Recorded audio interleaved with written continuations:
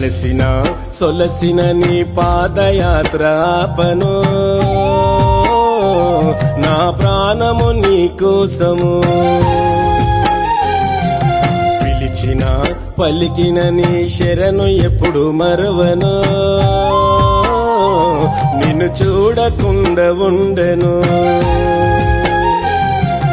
ఎన్ని జన్మలైనా కొన శ్వాస చివరికైనా అన్ని నివనుకున్నా నీ మాల వేసుకున్నా